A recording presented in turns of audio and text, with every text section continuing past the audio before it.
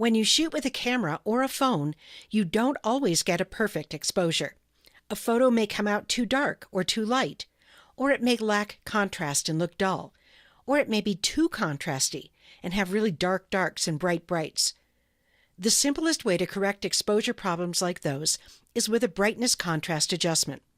Let's try it out on this image from the practice files for this tutorial, or on a slightly dark, slightly dull photograph of your own.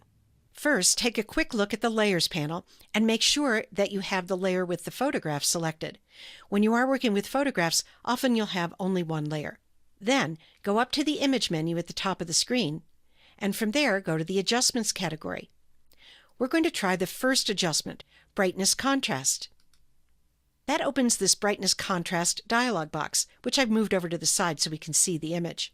The fastest way to make a change here is to click the Auto button. That would move the brightness and contrast sliders here to where Photoshop thinks they should be.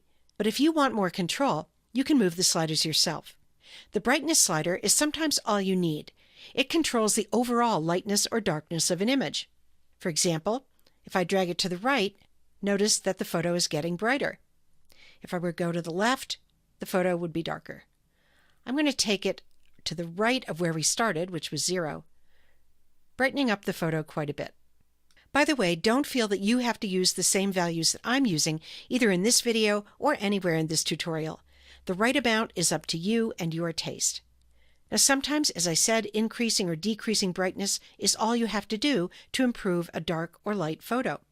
But there's another slider here too, the contrast slider. This slider controls the range of light and dark tones in an image. If you increase contrast, I'll drag the contrast slider way over so you can see what it does. The dark tones in the image get darker and the bright tones get brighter. Too much contrast like this can make it difficult to see detail in the shadow areas, like in these flowers here or over here, and can cause a loss of detail in bright highlight areas, like up here in the background. So that's what high contrast looks like. Let's go to the other extreme and pull this slider all the way to the left. And now you can see what a low contrast image might look like. A little bit flat, a little bit dull. I'm going to put contrast back where I started, at 0, by typing 0 into the value field for the contrast slider. So I think this image could use a little more pop. Therefore, I'm going to drag the contrast slider just slightly to the right, and that will often do the trick. One way to help you evaluate whether your changes have really improved the image is to see a before and after view, and you can do that by clicking the checkbox next to Preview in this dialog. So there's how the image started, and here's how it looks with the increased brightness and contrast that we applied. When you're satisfied, click OK. And that applies your changes directly to the selected layer, in this case to the photograph. If you don't like them, you still have a chance to undo or step backwards, as we learned to do earlier in this series.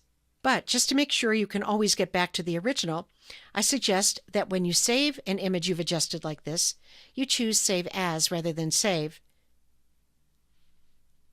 and give the file a different name.